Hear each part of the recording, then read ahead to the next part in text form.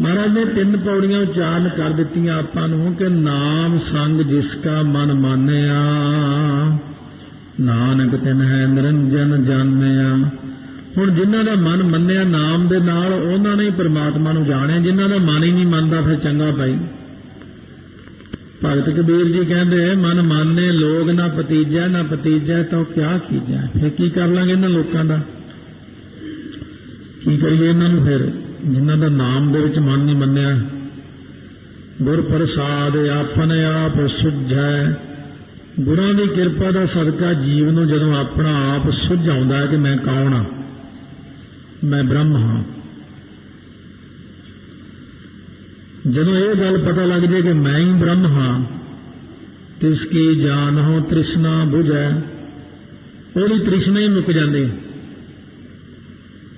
कोई बच्चा घर विचों ही चीज़ां चोरी कर कर अपने कमरे च रखी जावे, पैसे चकदा अपने कमरे च रखदा, होर समान चकदा अपने कमरे। एक दिन पिता ने पूछा ये की करी जाना, ये क्यों चुक चुक रखी जाना अपने कमरे च। कहना ये चीज़ां मेरियां ने, जिन्नियां मैं अपने कमरे च रख लवांगा मेरियां होणगियां। पिता ने जानिया बचाई ये तो अनजान है, ज्ञानी है, समझावा इसनूं। कहण लगे पुत्र मैं कौन हाँ? कहते तुसीं मेरे पिता जी हो। ते जिहड़े पुत्र पिता दा समान हुंदा है पुत्र दा ही हुंदा। आ सारा मकान ही तेरा है, तू अपने कमरे च लिया ले रखी जाना। मेरे मरण तो बाद ये सारियां चीज़ां तेरियां ही ने। परमात्मा जांदे आउंदे तां किते नहीं, परमात्मा तो सदा सलामत रहिंदे ने। पर परमात्मा ये कहते हैं कि जदों तैनूं अपना आप सुझ गया कि मैं ही ब्रह्म हाँ, और उस वक्त तेरा सारा कुछ ही जो कुछ ठाकुर का सो सेवक का, जो कुछ अकाल पुरख दा है उही सेवक दा बन जाता। उहदी तृष्णा ही मुक जाती है। काहदे लई भज्जे फिरदे आ, ये तां पहलां तो ही मेरा है, सब कुछ अपना ही है। साध संग हर हर जस कहत। जिहड़ा बंदा साध संगत विच मिल के वाहिगुरू वाहिगुरू करदा है, सर्ब रोग ते ओह हर जन रहत। वो रब दा प्यारा फिर सारियां रोगां तो मुक्त हो जाता। महाराज कहने साध संगत विच मिल के जिहड़ा बंदा आखदा सतनाम श्री वाहिगुरू साहिब जी, सतनाम श्री वाहिगुरू साहिब, सतनाम श्री वाहिगुरू साहिब, सतनाम श्री वाहिगुरू साहिब, सतनाम श्री वाहिगुरू साहिब। साध संग हर हर जस कहत। सर्ब रोग ते ओ हर जन रहत। अन दिन कीर्तन केवल बखियान। जिहड़ा संगत विच मिल के रात दिन कीर्तन ही करता रहिंदा है। बखियान तो भाव कथा बखियान करी जाता है। कथा कीर्तन दा करना, कथा कीर्तन दा सुनना। गृहस्थ मैं सोई निर्वाण। वो गृहस्थी हुंदा होया भी निर्लेप रह जाता है माया तो। गृहस्थी हुंदियां भी माया उहदे ते असर नहीं करती अपना, क्योंकि वो संगतिया है। संगतिया शब्दिया ये गुरसिख की निशानी है।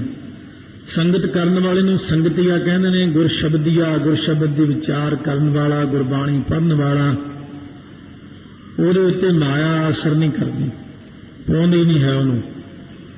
ਜਿਹੜੇ अनजान ਹੁੰਦੇ ਨੇ ਉਹਨਾਂ ਤੇ माया असर कर ਜਾਂਦੀ है। सो इस करके ਜਦੋਂ किसी चीज़ बारे ज्ञान हो जाता है तो वो चीज़ ਉਹਦੇ ਤੇ असर नहीं करती। ਆਪਾਂ ਤਾਰ ਨੂੰ ਹੱਥ ਲਾਈ ਆਪਾਂ ਨੂੰ ਕਰੰਟ ਲੱਗਦਾ ਹੈ, पर इलैक्ट्रीशियन ਜਿਹੜੇ ਨੇ ਇਹ ਸ਼ਰੇਆਮ ਹੀ ਨੰਗੀਆਂ ਤਾਰਾਂ ਜਿਹੜੇ ਤਕੜੀਆਂ ਵੋਲਟ ਦੀਆਂ ਫੜ ਲੈਂਦੇ ਨੇ। ਆਪਾਂ ਦੇਖ ਕੇ ਹੈਰਾਨ ਹੁੰਦੇ ਹਾਂ।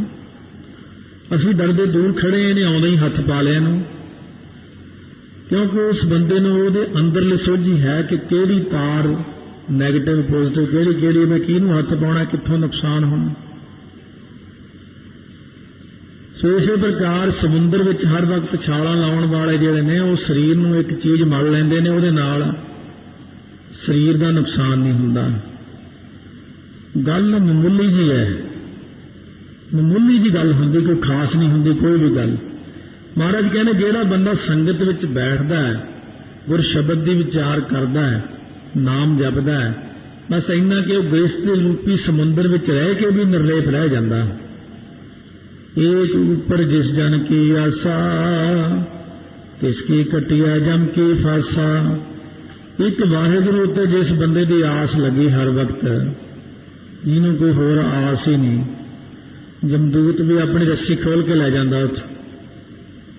ਕੀ ਵਿਗਾੜੇਗਾ ਮੇਰਾ? ਭਗਤ ਕਬੀਰ ਜੀ ਕਹਿੰਦੇ ਕੀ ਵਿਗਾੜੇਗਾ?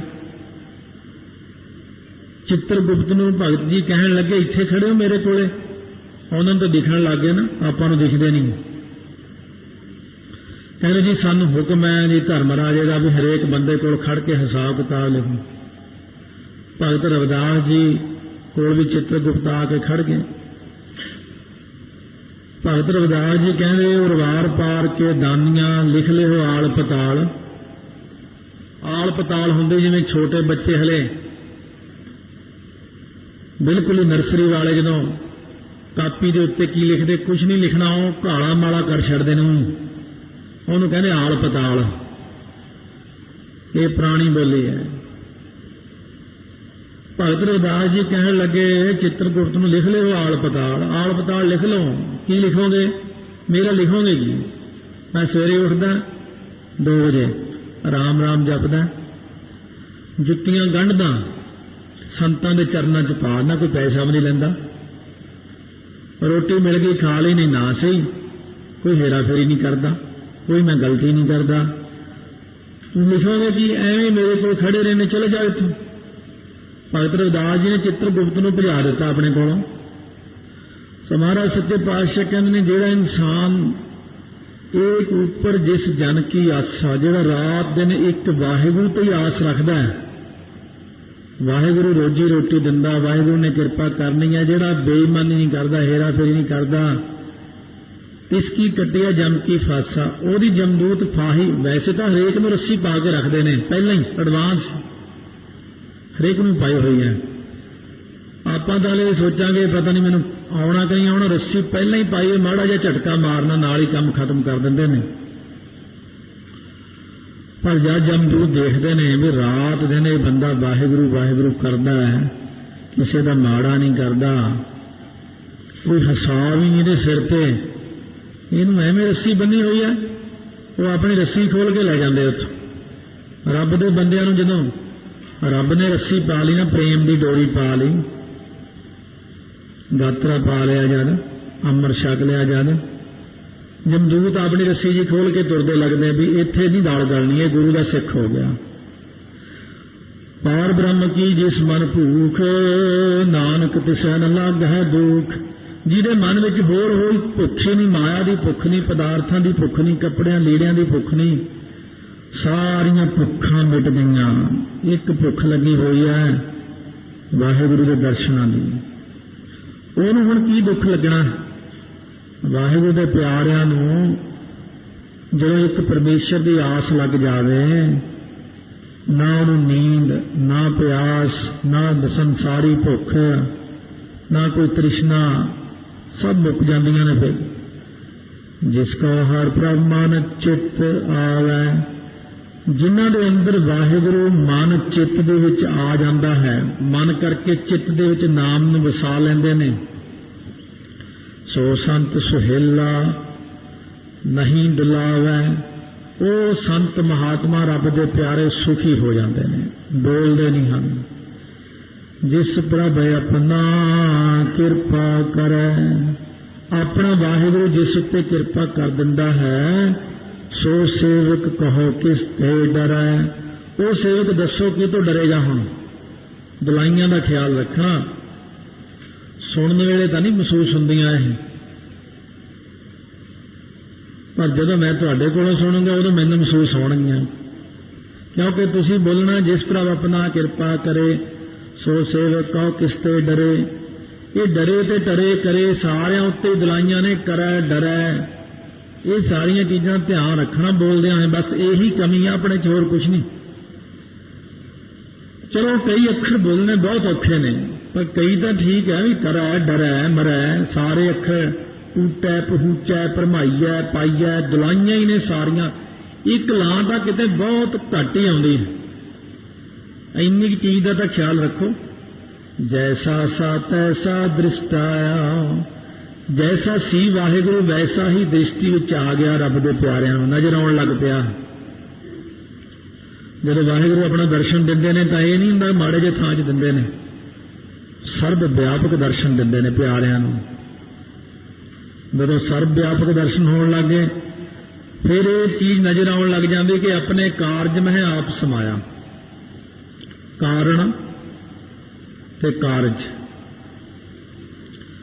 वाहिगुरु ने सृष्टि नूं रचण दा कारण माया नूं बनाया। माया ने 5 तत्तां नूं कारण बनाया ते 5 तत्तां करके कारज होंद विच आया। ये धरती, ये सृष्टि, ये जीव जंत। महाराज कहने अपने कारज में आप समाया। अपने कारज विच भाव संसार विच वाहिगुरु आप ही है समाया हुआ नजर आ रहा। सोधित सोधित सोधित सीजिया। चंगी तरह सोध के विचार के अच्छी तरह ये गल नूं समझे। हाँ वो रब दा प्यारा बिल्कुल सिज गया है, सुझ गया सब कुछ, उसनूं सोझियां पै गईयां उहनूं, क्योंकि गुर प्रसाद तत् सब बूझिया। गुरु जी कृपा नाल सारा ही उहनूं तत् स्वरूप परमात्मा ही सुझ पिया। सारे किते समझ पै गई है वाहिगुरु है सारा कुछ। फिर वो ठंडा होकर बह जाता। पहला जो इंसान नूं सुझ ही नहीं हुंदी उदों इंसान गर्म होकर दौड़िया फिरदा भी ये काम मैं कर दियांगा, ये मैं कर रहा हाँ, मैं कर दियांगा। जिन्हों वाहिगुरु ने अपना रूप दिखाया ना उन्होंने सारियां विच बंदा ठंडा होकर बैठ गया। मैं भी छाला मारी जाना, सबनी छाला मारियां करता करे सो होए।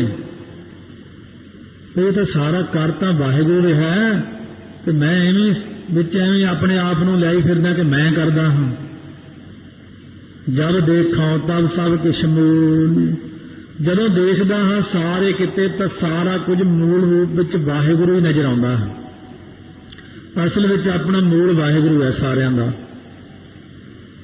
दुनिया की कोई चीज नूं हथ लाओ, हरेक चीज का मूल वाहिगुरु है। नानक सो सूक्ष्म सोई अस्थूल। वाहिगुरु आप सूक्ष्म है, सो वो आप ही सूक्ष्म है, आप ही स्थूल रूप है। ये नहीं कि सूक्ष्म कोई होर है तो स्थूल कोई होर है।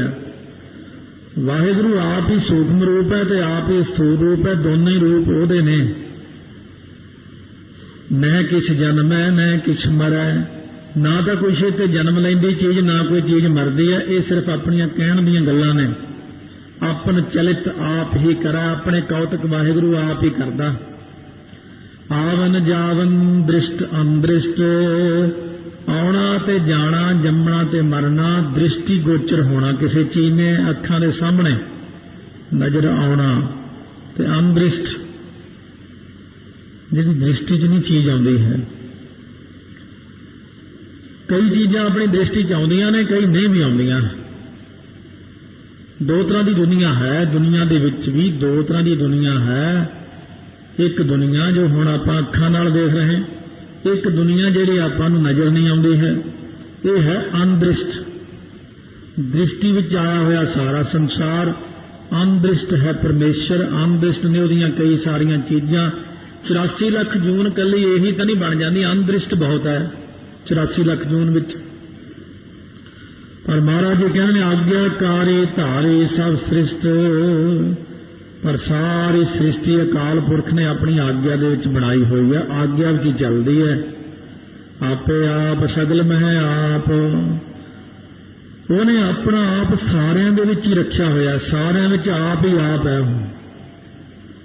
माड़ा जिहा पर्दा आपां रखिया होया, वैसे आप ही है। हरेक दे विच पर्दा पा दिता, वखरेवा रख दिता, कंधां कढ़ दित्तियां ने। ये साडा मकान है, तुहाडा है, ये मेरा शरीर है, तेरा है। इस तरह वखरेवे पा दिते ने। समुंदर इको ही है, पर हजारां बाल्टियां भर लियां समुंदर विचों वो वखरेवें पै गए। जो पानी वापस डोलदी उह फिर कोई वखरेवा नहीं, बाल्टी करके वखरेवा है। इसलिए अपने विच शरीरां करके वखरेवा नजर आउंदा है, पर वखरा कुछ भी नहीं है। अनेक जुगत रच थाप उथाप, अनेकों जुगतियां नाल वाहिगुरू रचदे ने, सृष्टि नूं थापना करदे ने, किसी नूं थाप दिंदे ने, किसी नूं उथाप जड़ों ही पट दिंदे ने। अविनाशी नाही किछ खंड, वाहिगुरू दे विच कोई खंड नहीं, टुकड़े नहीं है, वखरा नहीं है। वाहिगुरू नाश तो रहत है, धारण धार रहे हो ब्रह्मंड। आप ही सारा जितना भी ब्रह्मंड है ਇਹਦੇ ਵਿੱਚ ਆਪਣੇ ਸਰੂਪ ਨੂੰ ਆਪ ਹੀ ਧਾਰਨ ਕੀਤਾ ਹੋਇਆ, ਆਪਣੇ ਮਨਾਂ ਦੇ ਅੰਦਰ ਫਰਕ ਪਾਇਆ ਹੋਇਆ, ਮਾਇਆ ਕਰਕੇ ਉਪਾਧੀ ਖੜੀ ਕਰ ਦਿੱਤੀ, ਭੁਲੇਖਾ ਪੈ ਗਿਆ। ਸੋ ਬੰਦਾ ਤਾਂ ਇੱਕੋ ਹੀ ਹੁੰਦਾ ਹੈ। ਕਈ ਬੜੇ ਵਿੰਗੇ ਟੇਢੇ ਜਿਹੇ ਸ਼ੀਸ਼ੇ ਲਾਏ ਹੁੰਦੇ ਨੇ ਹਸਾਉਣ ਵਾਸਤੇ, तो जाके देखो बंदा बड़ा मोटा ताजा लगता, उस कोई लंबा लगता, कोई मुंह टेढ़ा लगता, शीशे की उपाधि करके मुंह बिंगा दिखण लग पिया। वास्तविक तो आप साफ ही करें सीधे ही। इस तरह माया की उपाधि करके आपां नूं सारिआं नूं वखरेवा दिखता है, ये तेरा है मेरा वो साडा है। इस तरह बंदे लड़ते हैं आपस में, साडा मुल्क है तेरा मुल्क है, साडा धर्म है तेरा धर्म है। इस तरह वंडियां पै गई आपस में। वो वंडियां पैण करके मेरे तेरे दे झगड़े खड़े हो गए। महाराज कहने वास्तव में मेरा तेरा कुछ भी नहीं, इत्थे अगे जाके तो सारे एको ही हो जाते हैं, इत्थे वखरेवें खड़े किए हुए हैं। अलख अभेव पुरख प्रताप, वो लखण तो रहत, जानन तो रहत, अभेव भेद तो रहत। जो पुरख वाहिगुरू ਉਹਦਾ प्रताप ਜਿਹੜਾ है बहुत ਵੱਡਾ प्रताप, ਉਹਦਾ प्रताप ही सारे काम कर रहा ਹੁਣ भी। सो जिवें किसी ने पूछा महात्मा ब्रह्म ज्ञानी ਨੂੰ गुरु ग्रंथ ਸਾਹਿਬ 'ਚ शक्ति कित्थे है, दसो जी महाराज शक्ति है। महात्मा कहते जिहड़ी आ सारी संगत टेक के बैठी है ये शक्ति नहीं है। बिना शक्ति तो टेक के बैठे ने, कोई बहदा इस तरह किसी को और किताबों के मूहरे इन्ने जाने बहते ने, कोई नहीं बहता। ये सारी गुरु ग्रंथ साहिब की शक्ति ही तो है कि साइडियां दी बिल्डिंगां बन गई, इन्ना सोना चढ़ जाता, इन्ने पैसे आए, इन्ने लंगर चलते हैं। इस करके अन्ने बंदियां नूं समझाउणा पैंदा भी सारी महाराज की शक्ति काम कर रही है। अलख भेद पुरख प्रताप, आप जपाए ता नानक जाप। जे आप जपाउंदा तां कोई जपदा, नहीं तां दूजा बंदा जुबान ही बंद हो जाती है, वो नहीं जप सकता। ये तां जिन्हूं वाहिगुरू जपाउंदे ने उही नाम जपदा है। जिन प्रभ जाता सो शोभावंत, जिन्हां ने अकाल पुरख वाहिगुरू नूं जाता जान लिया ना, वो शोभा वाला हो जाता तिन्नां लोकां विच। लोग उहदे पिछे कमलियां वांगू फिरदे ने। वैसे तो आपां नूं नेड़े जे जाना भी औखा हो जाता, पर जे किते पता लग जाए कि फलाने थां कोई रब दा प्यारा बैठा बड़ा पहुंचा, वो भावें जंगल च बैठा, दुनिया उत्थे जांदी उहनूं मिलण, दर्शन करदी उहनूं। शोभा वाला सगल संसार उधरा तिन मंत, सारा संसार उन्हां दे मंत तो भाव उपदेश नाल संसार दा कल्याण हो जाता, क्योंकि उन्होंने उपदेश चंगा ही चंगा देना।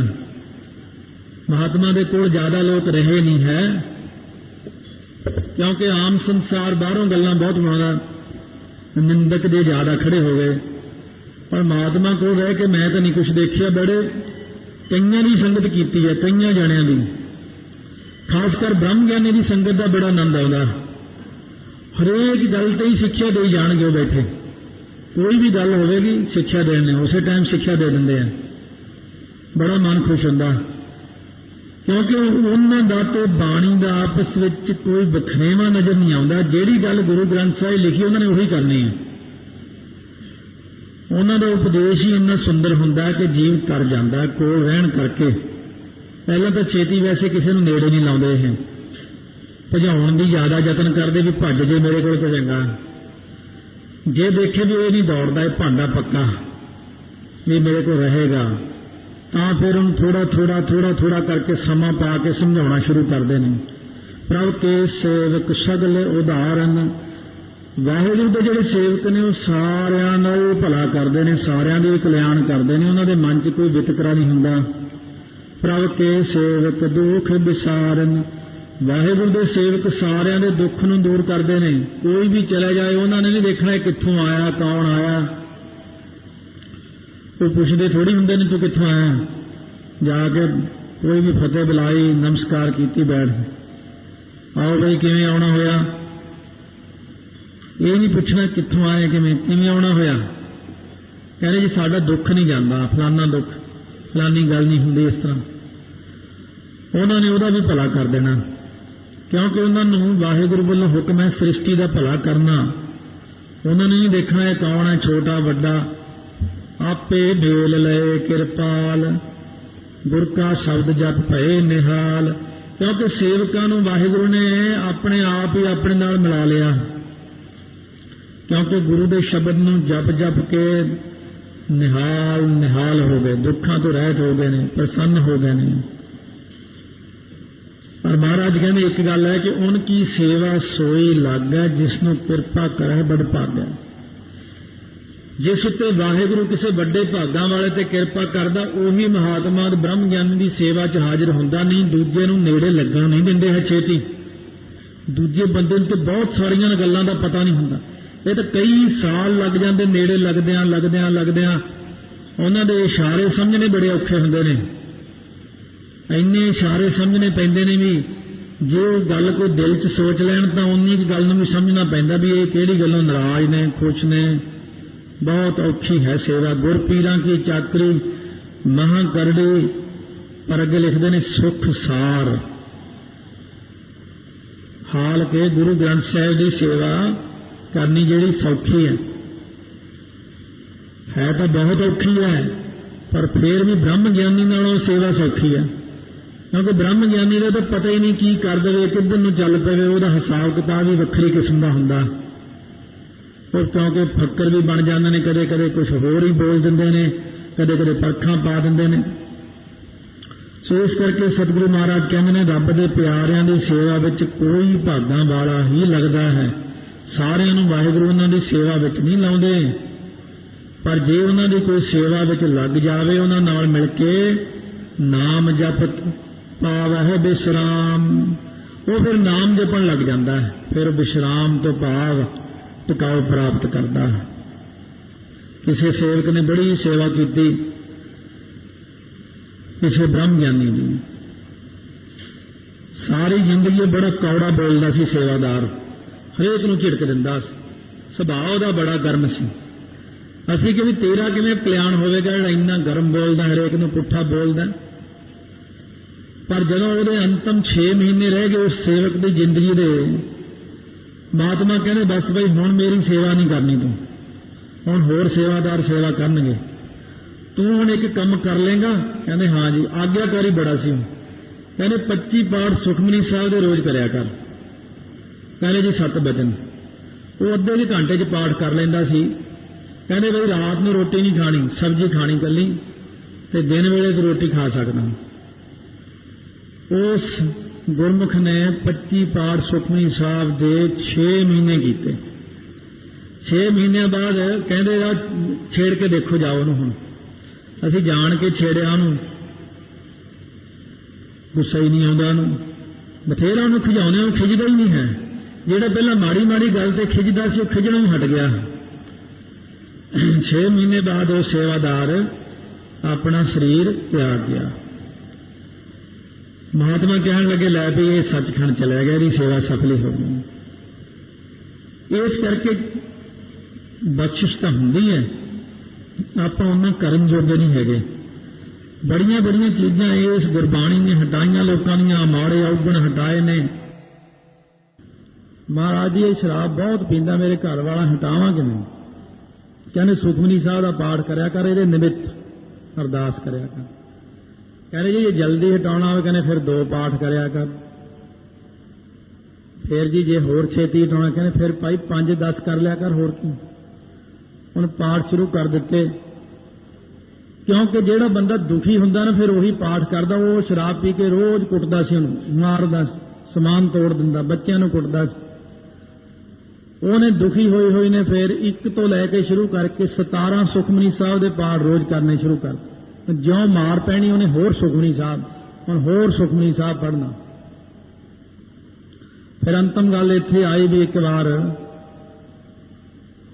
ਵਿਸਾਖੀ ਤੇ ਗਏ ਉਹ ਮਹਾਤਮਾ ਦੇ ਕੋਲ, ਬੰਦਾ ਕਹਿਣ ਲੱਗਿਆ ਜੀ ਅੱਜ ਅੰਮ੍ਰਿਤ ਸੰਚਾਰ ਹੋਣਾ? ਕਹਿੰਦੇ ਹਾਂ। ਕਹਿੰਦੇ ਮੇਰਾ ਚਿੱਤ ਕਰਦਾ ਮੈਂ ਅੰਮ੍ਰਿਤ ਛਕ ਲਵਾਂ। ਦੇਖੋ ਬਦਲ ਗਿਆ ਨਾ, ਬਦਲ ਗਿਆ। ਤਾਂ ਅੱਜ ਉਹ ਬੰਦਾ ਖੁਦ 5 ਪਾਠ ਸੁਖਮਨੀ ਸਾਹਿਬ ਦੇ ਕਰਦਾ ਹੈ, ਬਦਲਾ ਦਿੱਤਾ ਬਾਣੀ ਨੇ। ਪਰ ਆਪਣਾ ਜਿਹੜਾ ਵਿਸ਼ਵਾਸ ਘਾਟਾ ਵੀ ਇੱਕ ਪਾਠ ਕਰਦੇ ਆ ਤੇ ਮੰਗਾਂ ਆਪਣੀਆਂ ਸੈਂਕੜੇ ਹੁੰਦੀਆਂ ਨੇ। ਨਹੀਂ, ਇੱਕ ਮੰਗ ਰੱਖੋ, ਮਹਾਰਾਜ ਦੇ ਅੱਗੇ ਬੇਨਤੀ ਕਰੋ ਕਿ ਮਹਾਰਾਜ ਮੇਰਾ ਜੀਵਨ ਅੱਛਾ ਬਣੇ, ਨਾਮਦਾਨ ਕੋਈ ਵੀ ਚੀਜ਼ ਨੂੰ ਲੈ ਕੇ ਸੁਖਮਨੀ ਸਾਹਿਬ ਦੇ 5 ਪਾਠ ਤਾਂ ਘੱਟੋ ਘੱਟ ਕਰੋ ਹੀ ਕਰੋ। ਜੇ ਕੋਈ ਖਾਸ ਕੰਮ ਹੈ ਤਾਂ ਫਿਰ ਜ਼ਿਆਦਾ ਪਾਠ ਕਰੋ।